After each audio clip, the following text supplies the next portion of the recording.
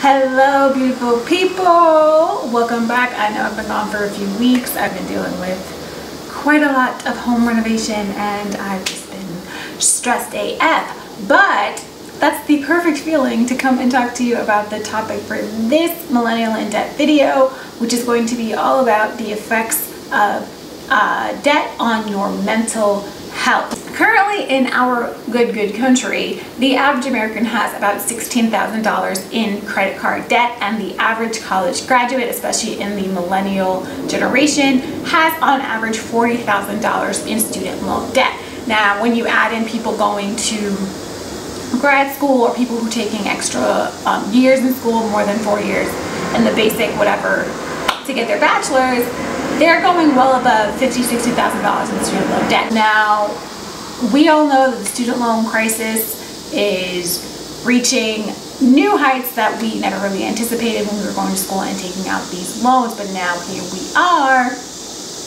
millennials in debt. And even though beyond student loans, we have credit card debt, we have mortgage debt, we have car debt, all of these things have the same effects on our mental health. But let's just rewind and go over what these terms are, shall we?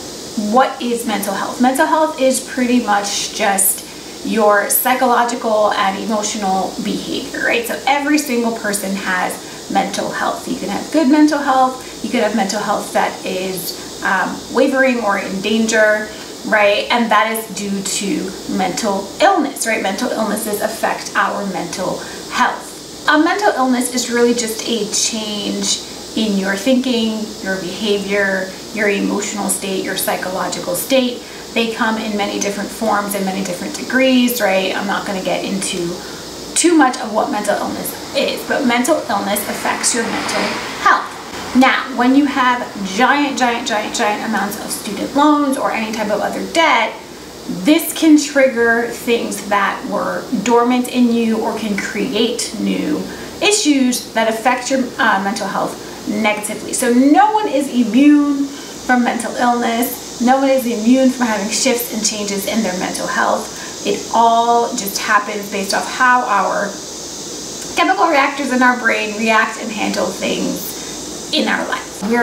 We're told, you know, buck up, get through it, you can do it. But when you have Sally Mae or whoever knocking on your door for payments that you simply can no longer afford or didn't anticipate how much it would be, it can be taxing and it can be very difficult. Now, what I really struggled with and what was my biggest battle and concern when I was dealing with student loan debt is the shame and the embarrassment. And when you live in a constant state of shame and embarrassment, it can be triggering in ways you would never imagine, right? And besides the shame and embarrassment, I found myself lying a lot, lying to my friends, lying to my family, lying to myself, because I was trying to hide the fact that I was ashamed or embarrassed for taking so many student loans and not being able to buy my parents a birthday gift or a Christmas gift, not being able to go out and celebrate my friend's birthday. So coming up with these excuses for myself and for my friends and family, it became really daunting, and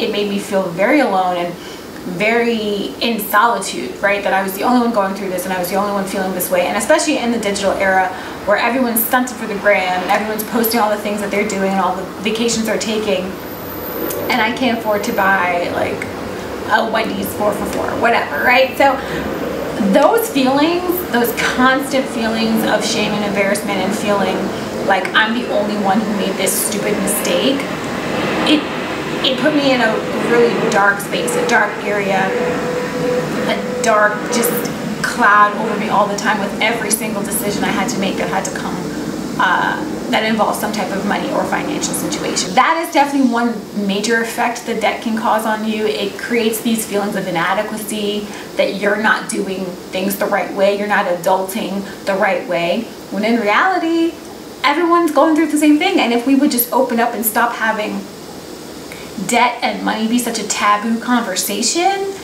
I think it would really allow for more growth and for more support financially, more support politically, more support emotionally. It would just create a safer space to discuss these things and to analyze these things and come up with solutions to these things, rather than sitting at home on a Saturday and being upset that I can't go to brunch tomorrow, whatever, right? And it seems trivial, and it seems like you're just being nitpicky, like, oh, I can't go out, I can't go on vacation. Constantly telling yourself, I'm stupid, I should have picked a different major, I should have gone to another school, I should have did this, XYZ. That is not good for your mental health in no way, shape, or form. And talking from experience, if you do not figure out a way to get yourself out of this rut, or talk to somebody or anything like that, it can be a very scary place for you to live in with yourself for such a long time, right? Trying to go on vacation to Thailand, so you take out a $2,000 personal loan with 30% interest and coming back, adding it to your, it's just, you open yourself up to really terrible habits because you're trying to avoid people seeing what's really going on and avoid them seeing that mentally, emotionally, you're falling apart. So when you add that in, the debt trigger is what I call it. You're triggering all these feelings, you're creating all this stress. That really lowers your mental health capacity or your resilience to fight off depression, to fight off any other situation, because you're split. Debt is not the only thing that happens to us when we're adults. You have to figure out how to navigate relationships. You have to figure out how to navigate friendships. And then now I also have to figure out how to navigate Sally Mae calling me 50 million times a day for their payment. So debt is stressful, and it lowers our resilience to deal with the other stresses in life. I know when I was having major panic attacks and anxiety and stress, my stress levels were off the chart about my debt, everything else in my life seemed to be crumbling as well, right? Or everything in my head made it seem like everything in my life was crumbling, right? I wasn't able to separate things and prioritize, okay, this is this issue I need to handle, this is not that big of a deal, I can do this another time. No, I dumped everything on one plate, and I categorized them as the same level of stress, and it was just constant levels of heightened fear, heightened anxiety, heightened depression. There were just days where I would just sit in my bed and wouldn't shower, wouldn't eat, didn't want to go outside, didn't talk to anybody, and the next day when I would be forced to do so, I would just have this perfect appearance, and I would just be okay, and everything is fine. That's my motto. That's what my friends know. I was mastering hiding the fact that I wasn't okay, and my student loan debt and my money and all of these things were major parts of that. And people were saying, oh, you're so cheap, or you're so frugal, or all you talk about is money. And those were the only things in my brain at the time. Those were the only things I could think about to talk about. So it's a major stressor, and it definitely lowered my resilience to handle other stresses and other factors in my life. And the higher amount of debt that you have, the higher percentage or the higher opportunity, because it's not an opportunity, but the more likely you are to have higher levels of depression and anxiety. And it's just, many people, especially the older generations, you got yourself into this, you can get yourself out of this, pull yourself up by the bootstraps.